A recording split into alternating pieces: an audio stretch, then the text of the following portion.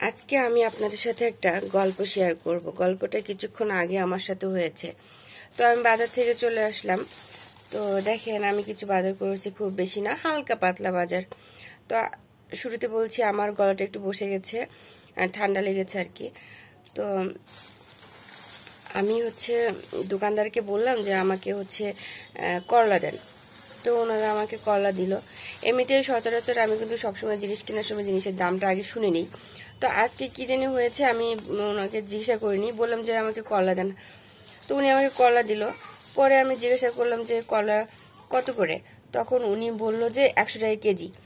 শুনে তো আমি অবাক, মানে এমন একটা পরিস্থিতির মধ্যে পড়বো আমি তো বুঝতেই পারিনি। আমি ওনাকে এখন বলতে পারছি না যে আমি কলাটা নিব না, আপনি কলাটা ফেরত নেন। তো বাংলাদেশ এত পরিমাণে দ্রব্যমূল্য বৃদ্ধি পাইছে যে মানুষ খাওয়াটা মুশকিল হয়ে গেছে। তো একসময় হয়তো বাংলাদেশ বিশ্ব রেকর্ড করবে এই দ্রব্যমূল্য বৃদ্ধির কারণে। কিভাবে এত জিনিসের দাম হতে পারে বলেন।